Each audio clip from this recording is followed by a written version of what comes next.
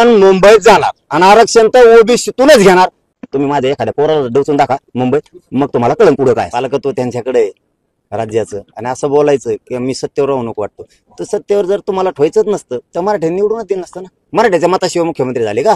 काय गप्पा आणता? हाय ते भाजपचे आमदार खासदार मंत्री पाडून टाकतात आणि पुढच्या निवडणुकीत सगळे मग नगर परिषदच्या जिल्हा परिषदच्या मग मराठी असेल सगळं साफ करून टाकीत असतात। मग तुम्हाला असं वाटतं की मुख्यमंत्री दोन डाव खेळत आहेत, मग ह्याच्यातनं मार्ग निघेल असं कसं होऊ शकेल? आम्ही काढणार आहेत, त्यांना काढायचं की नाही मला नाही माहित। आम्ही काढणार आहेत, आम्ही मुंबईत जाणार आहेत आणि आरक्षणच घेणार आहे।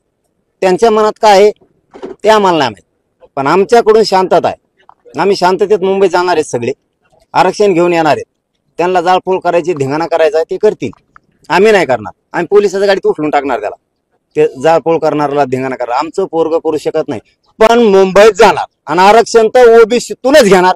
कोणी अडवाई मुंबईत मराठी जाणार आहेत आणि ह्यावेळेस पहिल्यापेक्षा 5 पट जाणार आहेत।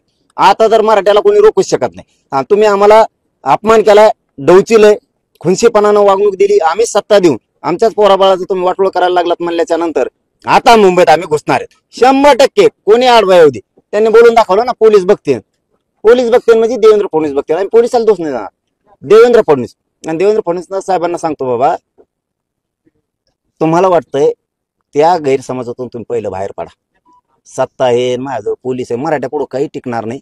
तुम्हाला राज्यात कोपऱ्यात सुद्धा फिरून देणार नाही। एका पोराला काठी लागली ना, राज्यातल्या कोपऱ्यात नाही फिरून देणार, तुमचे नेते आमदार मंत्री सुद्धा नाही फिरणार। आयुष्यातून भाजपाला उठवू नका, तुमच्यामुळं मोदी साहेबा सुद्धा डाग लागणार, एवढं लक्षात ठेवा। तुम्ही माझ्या एखाद्या पोराला डोचून दाखवा मुंबईत, मग तुम्हाला कळण पुढं काय असतं।